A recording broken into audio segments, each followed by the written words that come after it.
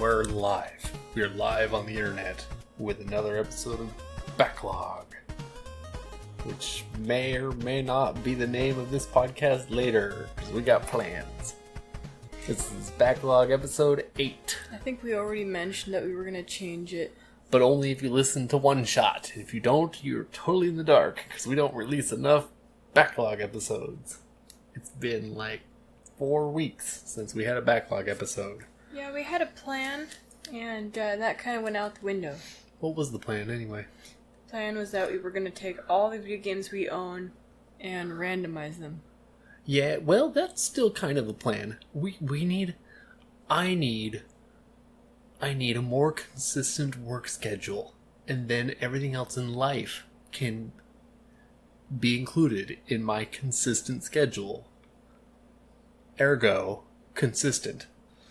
But right now, I have none of those. So, holy cow! I did not read the fine print when I started this difficulty. Because that's really out of context, I'll explain. My lovely wife, has decided to play Deus Ex Mankind Divided. Yep. I'm playing Jensen's Stories, the mini DLCs. But she's chosen the, I would think, erroneous thing and decided to play it on ultra hard, where hardcore mode, I guess, is the correct vernacular. I didn't ask for this. Yes. It's the I didn't ask for this difficulty, where you get one life. If you die, that's it. Enemies are very, very angry all the time. And I assume they're probably faster and stronger. And apparently they've got like a sixth sense, because I've been hanging out in the air ducts going back and forth between 2 different floors, and every time I move, they follow me. Well, yeah, you make a lot of noise in an air duct. And they're probably stronger and faster. I already said that. They probably have tons of ammo. Although, did the bad guys ever run out of ammo in this game? Or is it just bad guys have infinite ammo all the time anyway? They always have infinite ammo. Oh. Well, ammo for you is probably more scarce. You're very squishy.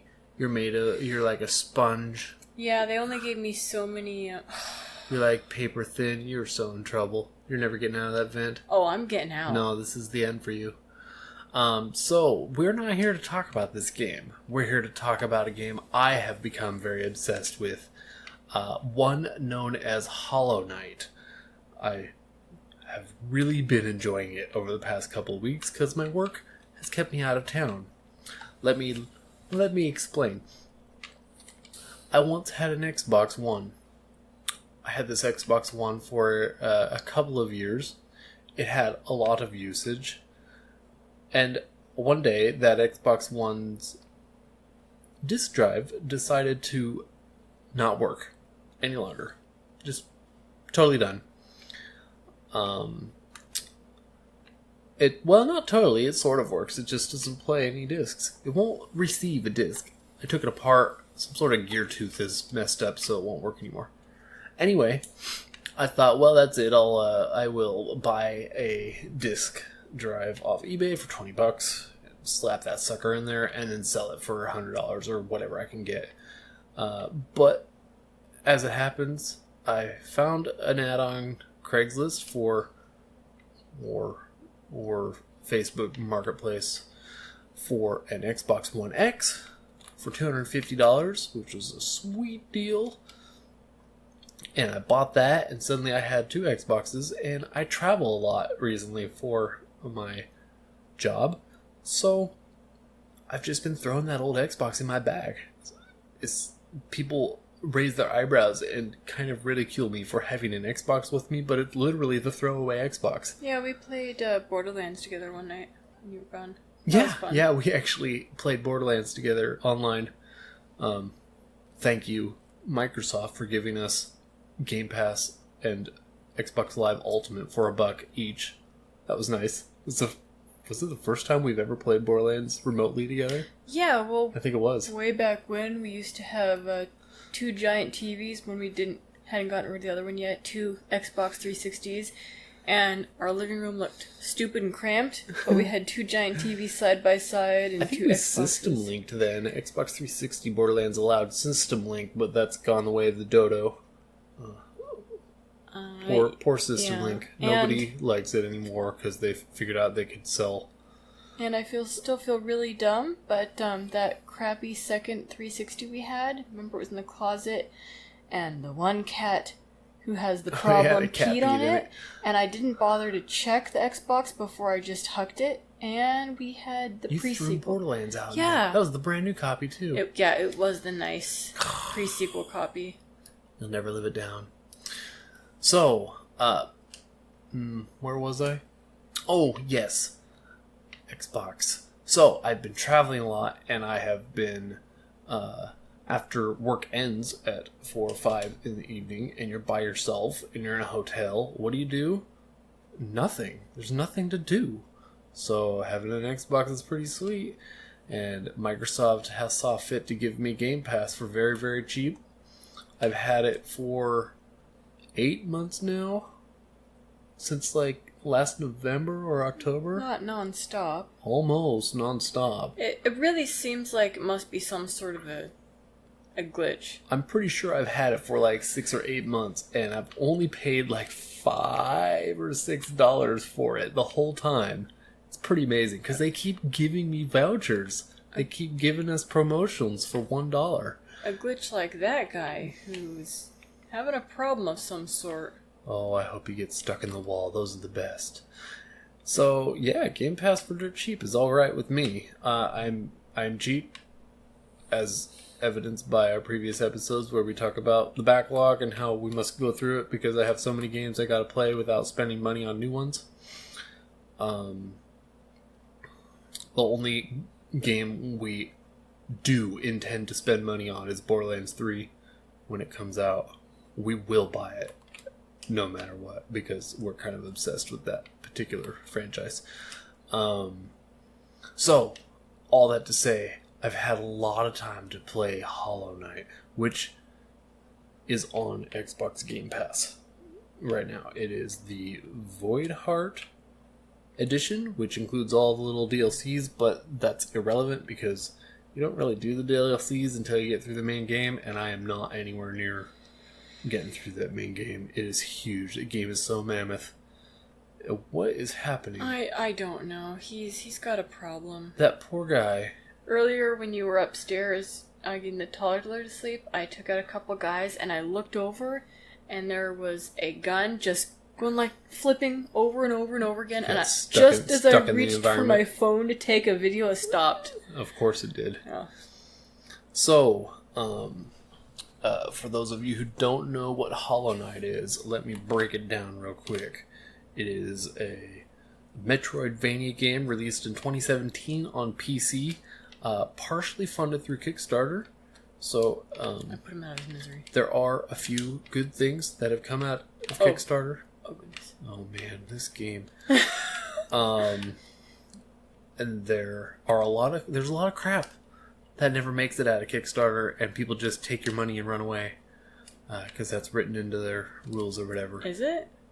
Yeah, that's happened on a number of occasions where people were like, "Yeah, fund them. They're gonna make this cool thing," and then they're just like, "Ha, suckers! We're not making nothing. Thanks for all the money." It seems Bye. like Kickstarter must have protections for stuff like that. Am I picking up as much as you? I believe so. Okay. Kickstarter has a lot of end user agreements that you click on before you click on it and say, "Yes, I've read this and understand," before you donate money, and I'm pretty sure those say there's a chance these people can just take your money and run away. And you agree to it, so it doesn't come without risk. So Hollow Knight is a Metroidvania released in 2017 on PC and Linux and Mac, and in 2018 it came to Switch and Xbox and PlayStation 4, and I'm going to have to edit out that click I just did with my tongue. I need to stop doing that in audio.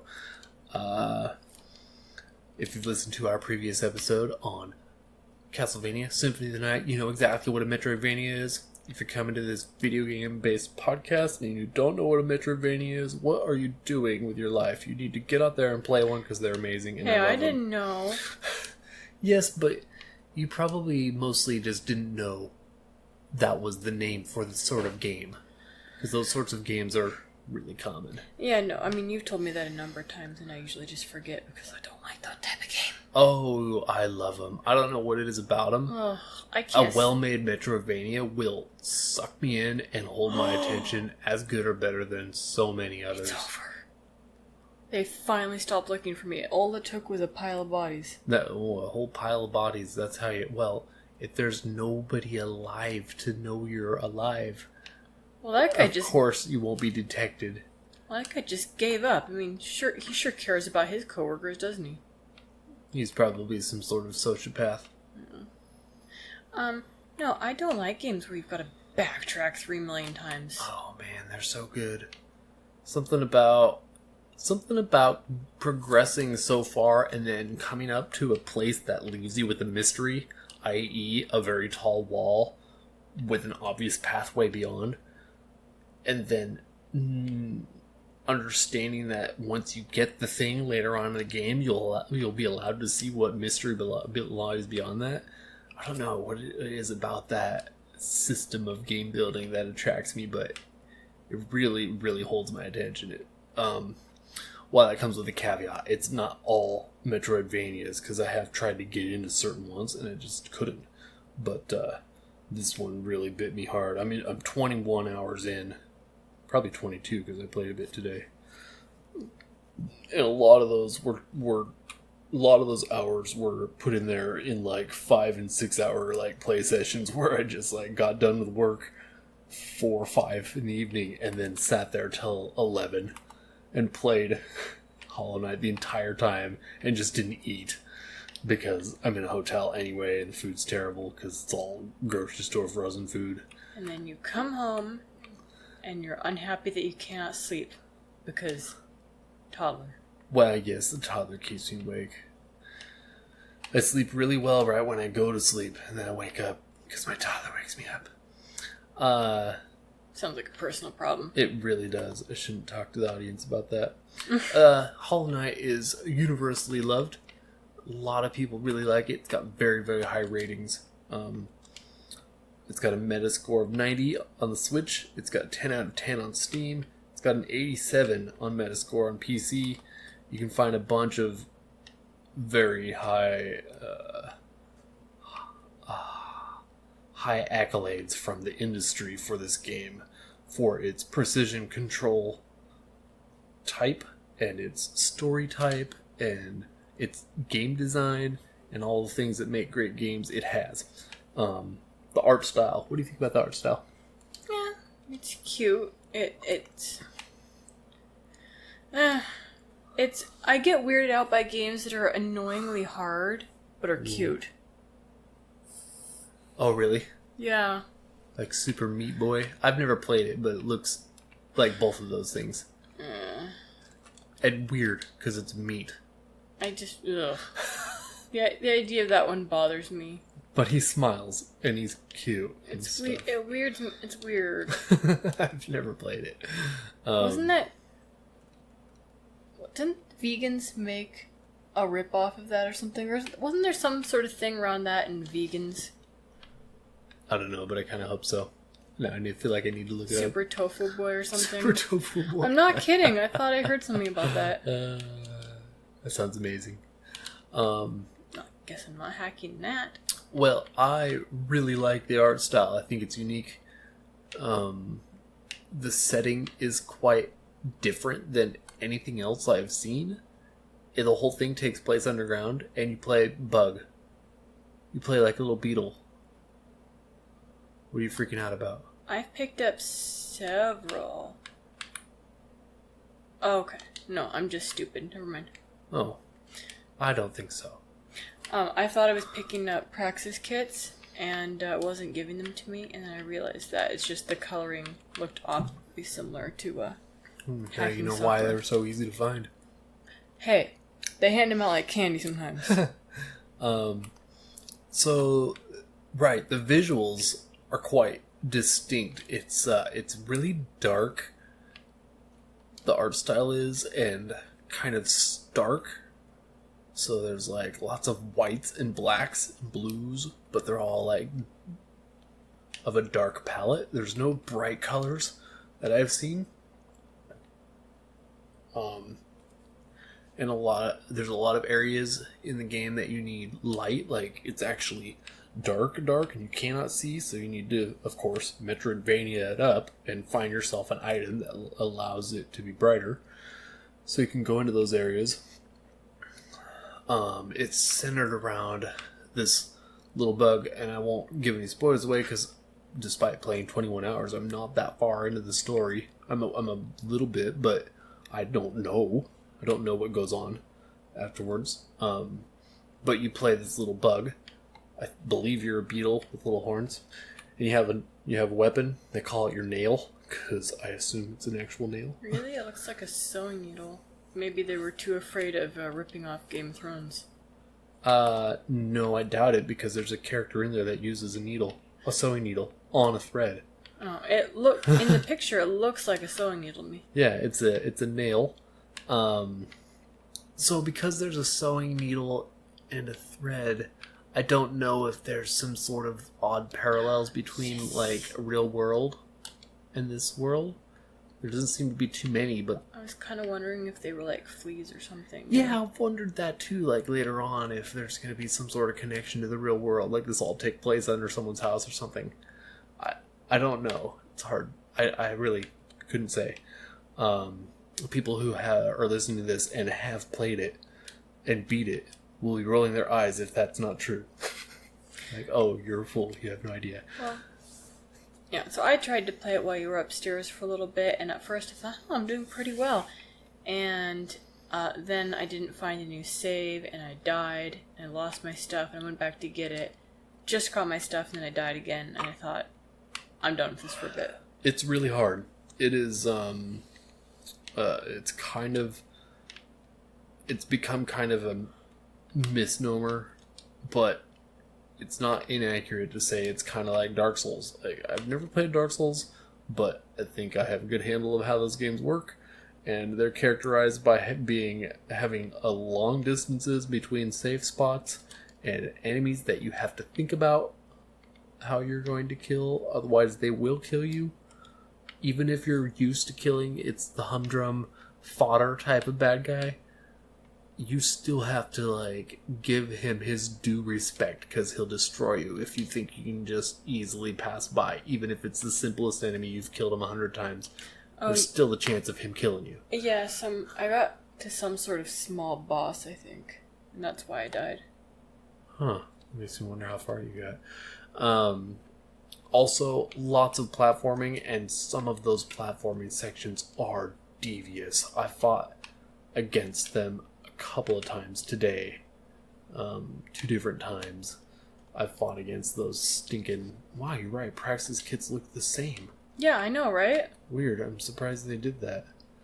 Sorry. Distracted real quick by this game I'm watching. Well, I do not like games where you're going along and you're great, and then you hit a bad guy and suddenly you're falling all the way back down. And that's why it was both funny and awful and very stressful to watch PewDiePie play Get Over It. Oh, Getting Over It? Yeah. That game is devious too. There's certain sorts of games that I believe are designed by narcissists who just want to cause a lot of their own pain. And they want to cause a lot of other people's pain. Sadists? Yes, sadists. That's what I meant. Yes, they just enjoy pain and suffering, and they design their games accordingly. Well, I would not mind playing Dark Souls. I would never want to play Getting Over It. I see. Good. Yeah, Getting Over It just looks just outlandishly frustrating and something I don't want to deal with. Oddly enough, I like Hollow Knight. It seems like no matter what it throws at me, I have overcome so far. There's nothing in there that I've been so frustrated and I gave up on. So there's these bad guys you fight. a little ways in the game, called the Mantis Lords, and I could not beat them. I could not. I tried everything. It was like 2 hours of me losing against them over and over and over. And I said, that's it. No more. I'm done. I'm done playing against these guys. In fact, I think it was pretty late, and that's when I just put it down. I was like, I'm going to bed. This is garbage. I can't do this. And so, then a couple of days later, I hopped on there, and actually, you know what? That might have been today. Did I beat them today? No, that was a couple days ago. Anyway, I hopped in there and I had done other stuff in the game and gotten a little better skills. And since I had all that practice under me, I knew the pattern that the bad guys take for the attack modes or whatever. And I beat them the first try then. And this game is like that. You bang your head against the wall over and over on a specific thing, and then you get frustrated and you leave it alone, and there's other stuff to do because the game is huge. It is so mammoth. It just is astoundingly big. And then you come back and later on, and chances are you're going to beat the bad guys. It's pretty sweet. I like that. It gives me great satisfaction later on when I do beat the bad guys that I suffered through so badly.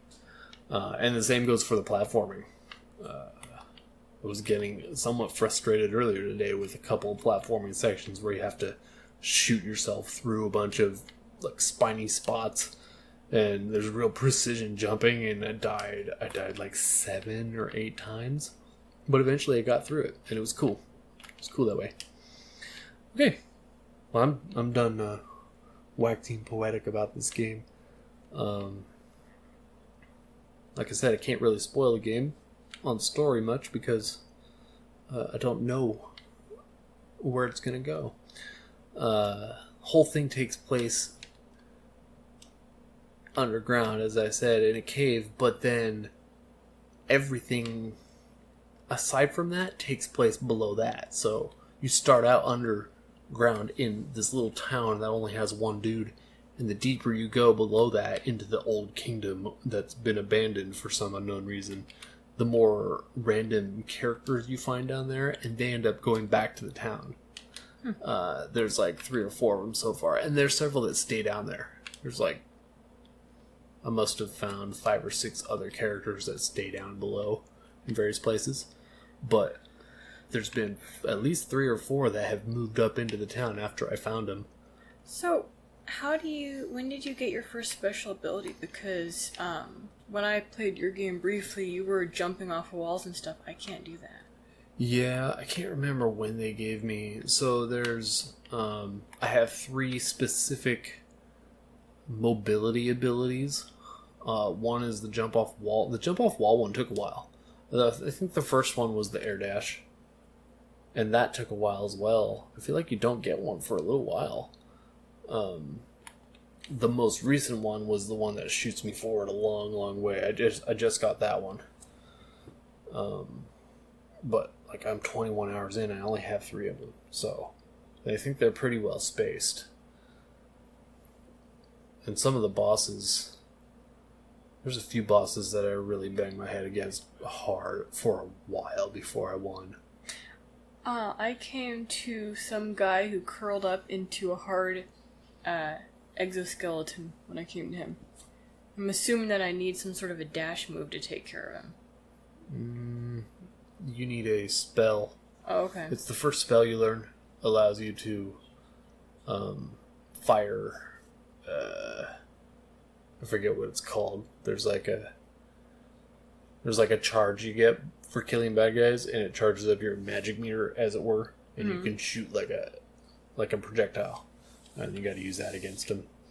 There's one spot where there's one of those guys on one side, and there's another one on the other side, and they're both fighting you at one time, and it was really challenging for a moment before I figured the trick out.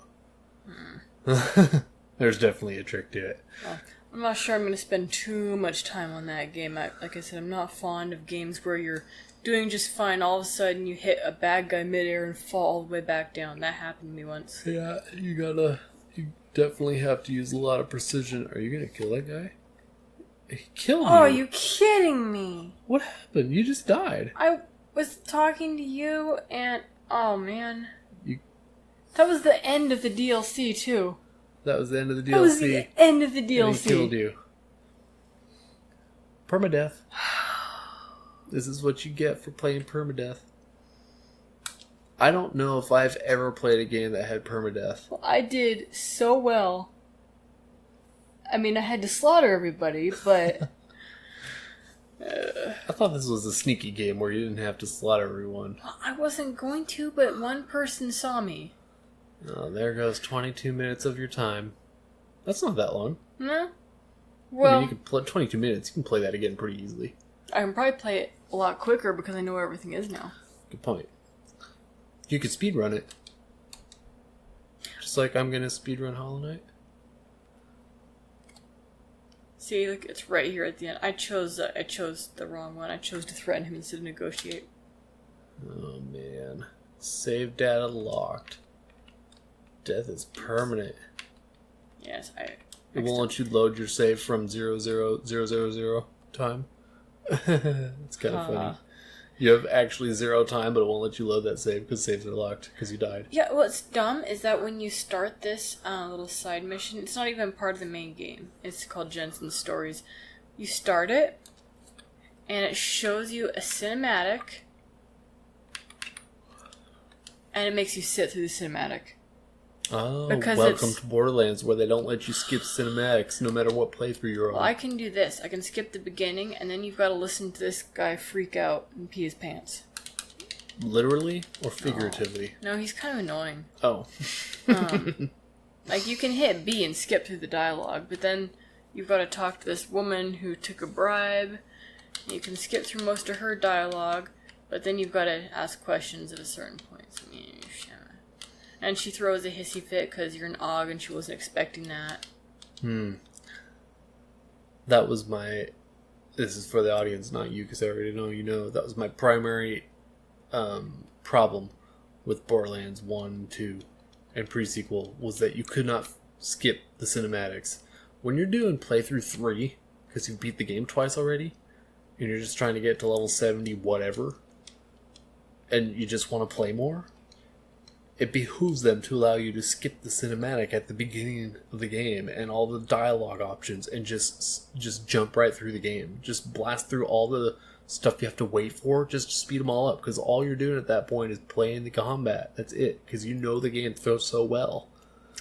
Yeah, well, a game that just recently I skipped through all the cutscenes that I probably shouldn't have, because I just played it once, that was 2 years ago, was Lost Legacy. I just replayed that the other day. And in fact, I think I posted a picture of that on our Twitter at one point. I decided I hate Nadine's outfit. She looks like a man in a wig. So I put her in an outfit that at least made her look like more of a girl. It's the one from the end of Uncharted 4. But when I changed to that in the middle of save, it made her completely disappear except for her neck and head. It was kind of weird. And she stayed that way until after I'd fought some bad guys and a new cutscene came up. Like, I didn't see her. Really? It was, like, stuck that way for a while. It was stuck that way for a while. I didn't even notice, because I had to do some fighting, but... It triggered these glitches. I hardly ever see glitches, I feel like. What's funny is that I don't remember glitches on any of those games the first time I played them, except for on the PS3, the old games. Mm-hmm. I don't remember any glitches on the PS4 games. People are always... putting these videos on YouTube of these glitches that they see. But after I'd played it once already, then I started seeing glitches, and I don't know if it was because... Wow, that is bright. Sorry. I don't know if it was because I was so caught up in the game the first time, and how pretty everything was, and how much fun it was. That game is so pretty. Uncharted 4 is still the prettiest game I've ever seen. I don't know how they do that. It's like this crazy voodoo magic they do on PlayStation technology to make games look good, because that game is outrageously good looking. crazy voodoo, graphical imagery magic. Well, what else? I guess I already talked about that and that and that. You've been playing. We actually have been playing Shadow of the Tomb Raider. I finally got all the way through Rise of the Tomb Raider. I beat it 100%. I got all the collectibles. I am now done with that game. I don't need to play it again. I played it. I'm done. I play it at least once a year. It was very fun. I enjoyed it. It was very good. I liked the ending. So I started Shadow of the Tomb Raider, and I'm yawning. Why are you yawning? It's too early for that. What are you talking about? It's 11. It's 10:45. It's not too early to yawn. Also, it's a fun psychological experiment to see. I will never know, but that yawn will probably make other people yawn like a virus. So somebody will be listening to this podcast in like an airport or something, and they'll hear me yawn, and they'll yawn, and then someone near them will see them yawn, and they'll yawn, and it'll just spread around the globe, and I will be the cause, the genesis of the yawning plague, and everyone will yawn because of me. That's quite a story. Yes, it is. So, I enjoy Shadow of the Tomb Raider so far. It's in the jungle, which is what I wanted. I don't know why, but the jungle is appealing to me in that sort of setting. I like the tomb so far. I did one tomb. It was hard. I liked it. I don't know when my reticle's off. It's kind of irritating. Don't use that word with me. Reticle. Hey. You didn't like it the first time you played it, and I don't understand because I'm enjoying it so far. No, I liked it. The story wasn't that great. Like I said, the NPCs, their dialogue isn't as great. Like, I can go through that game and predict when someone's going to say, fill in the blank is a warrior. Like, that seems to be the writer's go-to for, I need this person to say something strong and brave right now. And I'm holding my emotions in. Oh boy. And it's like, spoiler, if you haven't played it, but It's spoiled to me too, I've barely played it. Oh, dang it! Don't spoil the game. I've barely played it. Okay, well, suffice it to say, I've told you this before. Like, you go through the game, and every now and then something happens to somebody, and Lara says, "I'm so sorry," and they go, "Well, so and so was a warrior," and that's supposed to be the catch-all. It's goofballs. We should start doing that. Ugh. He was a warrior. Somebody's gonna get super offended at that. That's fine. I hope my friend Adam hears my native accent. It's gonna be brilliant. Anyway. No, I remember what I was gonna say. No, I liked the game. I didn't mind the jungle theme, but for some reason, I preferred the setting in Siberia. I think mostly because it seems like all Tomb Raider games are kind of jungle oriented, which I mean, Underworld went all over the place. But still. Okay. Yeah. I kind of hope they do a desert theme someday. That'd be cool. Because the very first part of number 2 is cool. You're in the desert. You're in... Syria? Syria. Mm-hmm. Yeah, that's a cool scene where you're in Syria. It's all like sandstone rock formations. And you like go through a hole into another hole and then it's kind of jungly but still arid. Mm-hmm. That's a really cool scene. I like that. It'd be cool to have a whole game based around that sort of environment. If they ever do more. They probably will. It's a franchise. That's what they do. They do more of them. Yeah. Like I said, I just preferred the writing of 1 and 2. And I wish the woman who wrote those two had stayed on, at least for the end of the series, since, they were doing a trilogy. But I guess not. Instead, they got another female writer, which you gotta wonder if they do 2 female writers in a row, if they're just going for, diversity points. I liked the writer from the first one. Yeah. Those 2. But the writer from the other one, apparently, I don't think she and I didn't look this up, I just heard that she hadn't soloed anything. Like, she worked on a couple of Assassin's Creed games. Oh, yeah. It's a little weird changing writers midway since... Well, I don't think she was fired. I think she just decided she didn't want to. Huh. Yeah, well, it's too bad.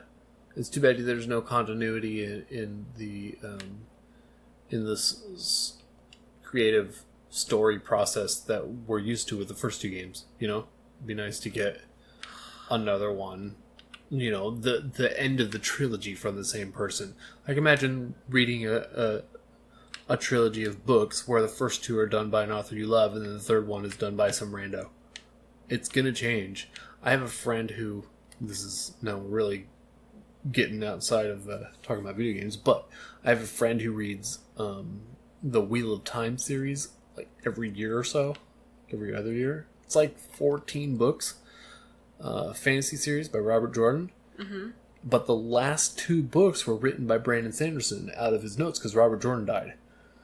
And he was telling me that those last 2 books they're just not nearly as good. Because he can tell distinctly that the writing style is different, even though it's the same story. Because the guy had Robert Jordan had all his books planned. He had the last 2 books planned. He had outlines and character arcs and everything. So the stories is the original vision, but the writing style is just so slightly different enough that he can tell, and he doesn't like it as much.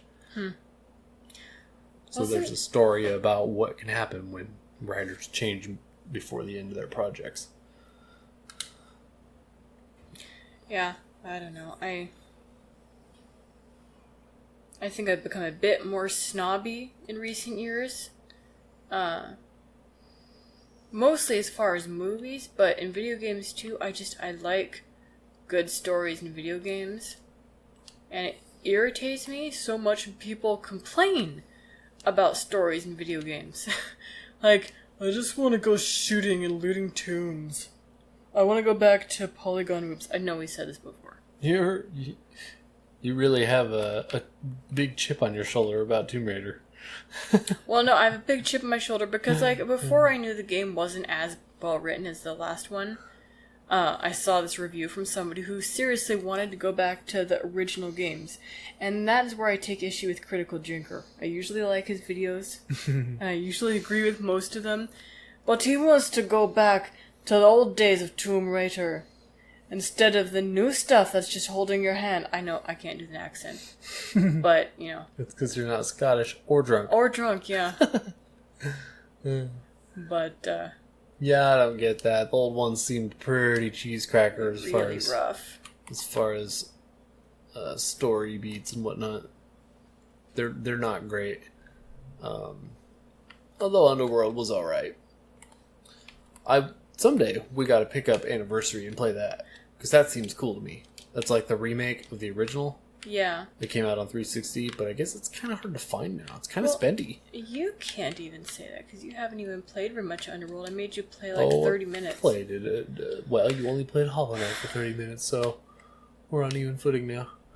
Yeah, but what's the likelihood of you going and playing more Underworld? Not good. In fact, probably real bad. What's the likelihood that I actually beat Hollow Knight? I suspect it might be a little low because the game is so big and complex and difficult. I might have to give up before the end. We'll see.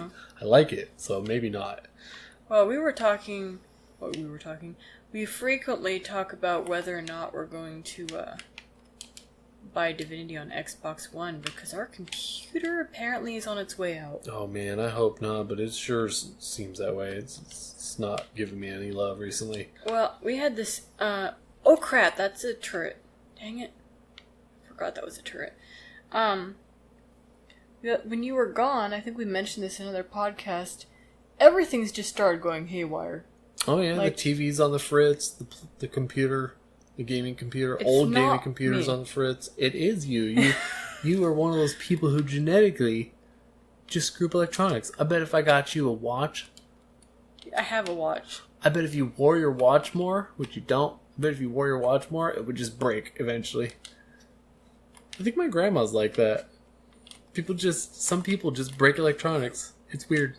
Yeah, no, I've had 2 computers, one of which you have now, that is a turret. No, run, run. You're gonna die.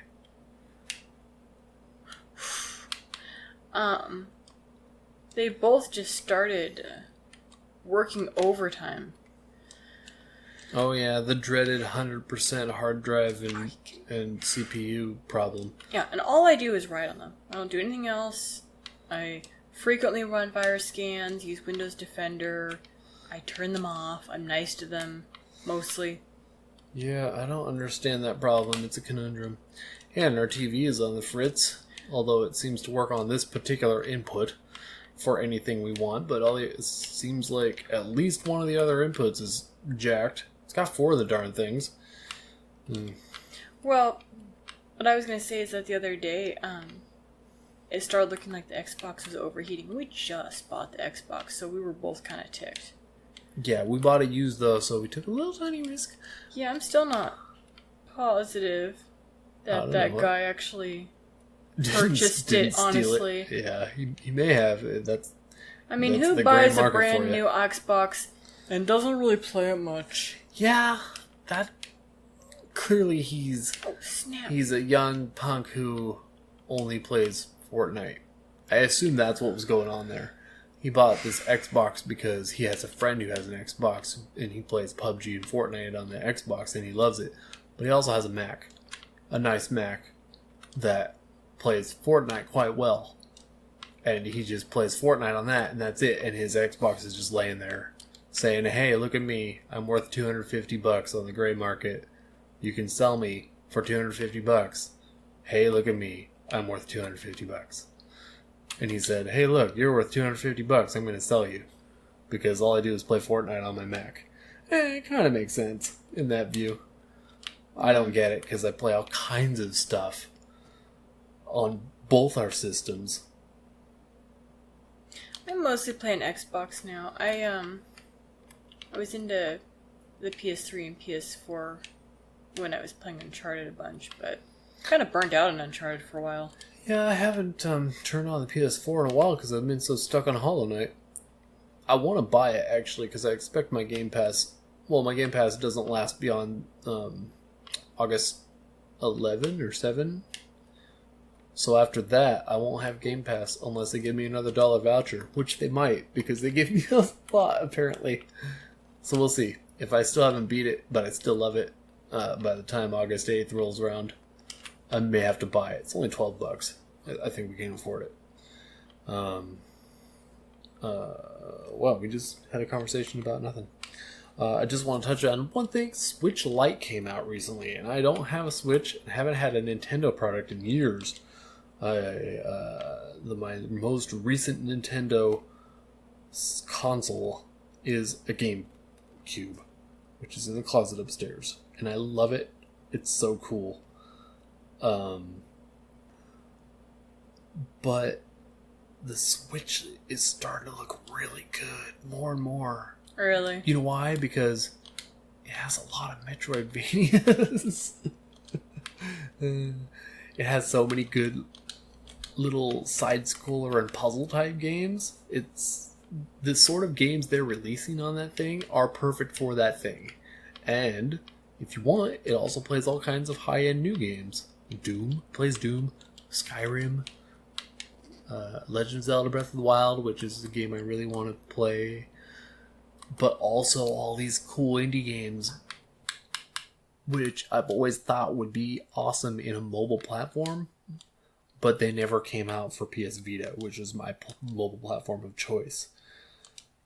Because there's no love for PS Vita. It's going the way of the dodo. I think the only game I ever tried playing on that PS Vita was a little mobile version of Sackboy. Oh yeah, that wasn't a very good version either. Yeah, it was okay. It was an auto runner, which I've never been a big fan of those. I wish there was more development for PS Vita before they killed it, because it really was It is, to this day. It's a remarkable little system. Was it just an experiment that they decided to let go, or what? Sony just never supported it as much as it needed. That's really the long and short of it. Sony needed to actually support it and get like independent developers. They needed to call them and say, yo, here's the software development package for our system. Please put your game that you're developing right now, known as Hollow Knight, put it on our system. You know what I mean? Yeah. And they never did. They just stopped. They stopped support, and they stopped. Hey, I know this area, or an area just like it.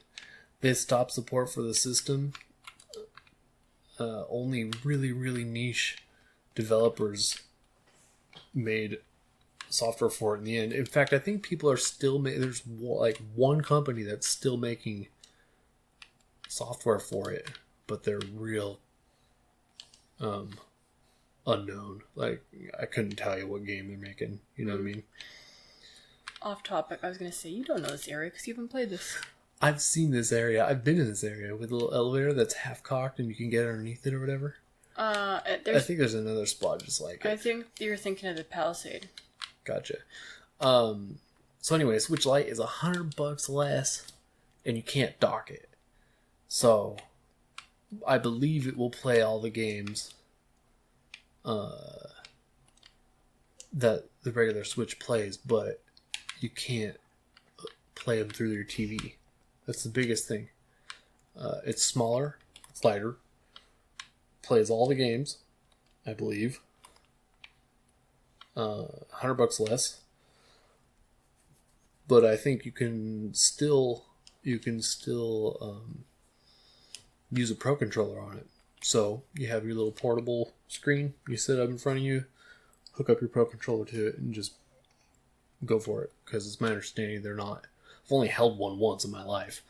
They're not that comfortable for most people. The mobile version, the little controls on either side of the screen. I guess they're not that great to play for very long, but the Pro Controller is pretty awesome. Very comfy.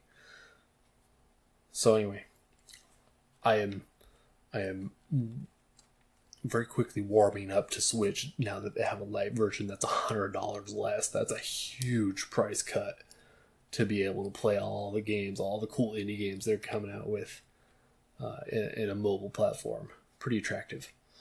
Still probably won't get one because we're poor and can't afford one. Anyway, that's all I had. I think that's the whole podcast for today. Oh goodness! Keep turning that on. It's bright. I'm sorry. I need to know how far we are. Well, I need to make sure our audio hasn't just cut and we're talking in the air. Let me save and see how far I've gotten in here. I'm curious now. It's bedtime.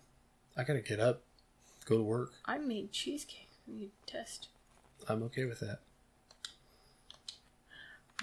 I don't know how long I've been playing this because it won't show me. It just shows me what time it is in game.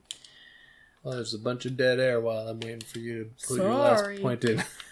I don't think I had any points. We're just talking about what we've been playing, and we've been playing Hollow Knight and Deus Ex and Tomb Raider, and that's it. Uncharted. You've been playing Uncharted. Our son lists games by Mama Game and Dada Game. Somehow he's convinced that you are Adam Jensen. Apparently I'm Adam Jensen. Yeah. And ladies and gentlemen in the audience, just know that I look exactly like him. It's amazing. Yes. The resemblance is absolutely uncanny. You have to change your voice. When the movie comes out, I'm going to be playing Adam. Is that good? Yeah. Okay. I have to smoke like 45 cigars to sound like him. You don't think that the guy who's the voice of Adam Jensen will just be Adam Jensen? I don't know if I've ever seen him. Does he look like Adam Jensen? A little bit. Oh. I think he looks like a shorter guy than you'd expect.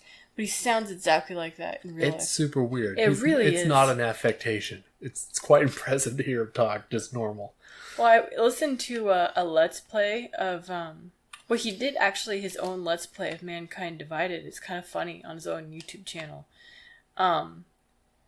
But way back when Human Revolution, that's the first one? Yeah. When that came out, apparently he was on some podcast. He did an interview with those guys, and one of the guys was playing the game, and it's super weird to hear him talk. He was talking about how when he first got into voice acting, he would try and affect different voices. But they said, have you ever considered just using your regular voice? And now he's the voice of Adam Jensen. Yeah. So now he suffers from what's that problem that certain actors have where they never get they can never play another character because they're so well known for a specific thing. They're just locked into playing that character forevermore, no matter what role they're assigned or whatever they get. He's locked into that problem. Yeah, that's not necessarily a bad thing. I'm trying to think of examples. Tony Stark comes to mind, like Robert Downey Jr. Think of him. Try to imagine him as like a humorous psychiatrist. You can't, because all you can think of is Tony Stark. I don't think I had seen Robert Downey Jr. in anything before that movie. Or before Iron Man. Like, I think that was the first movie I ever saw him in, so he is Iron Man, to me. Well, that's what I mean, though. He's bound to take other roles, but it's impossible for me to imagine whatever role he plays, it'll just be Tony Stark acting like someone else. You know what I mean? Mm-hmm. Because that's him now. He does such a good job. So, all that to say, the voice actor for Adam Jensen is in a similar problem. If he voice acts anywhere else, you're going to go, that's Adam Jensen. Well, yeah, and you did years and years ago, after I'd first played Human Revolution, you played some other game where I think he wasn't the main character, I don't think. But he was a key character, and I heard his voice, and I was like, that's Adam Jensen. Dude, get in the air shaft. You better get in the vent, you're gonna die. Okay, well, let's wrap it up there. This has been Backlog, episode 8. Covering Hollow Knight, mostly, and various other jazz. You guys can find us on Twitter, @HinterlandsFeed. We're on Facebook. We're not on Facebook. Well, we're kind of on Facebook, but let's not talk about Facebook. I hate Facebook, so that's not something I concentrate on. Often talk about just getting rid of Facebook. Facebook is evil. Ladies and gentlemen, Facebook is evil. You heard it first. Hot take, Facebook is evil. We're not talking about getting rid of all of Facebook, let's be clear. I would love to get rid of all of Facebook, but I don't have the technical clout for that. What am I, a super hacker? Ha. Or am I? Ha. Oh, we're on YouTube, that's what I meant to say. We're on YouTube, we're on Stitcher. I'd love to be on iHeartRadio, but I think I'm not. We're on Apple. I don't know if we're on Google, but, if you use a podcast app, type us in there. Hinterlands Media. You'll find us. Tell your friends. Subscribe. Listen to all the episodes. That's it. We're done. Yep. Okay, thanks. Okay, good night. Bye.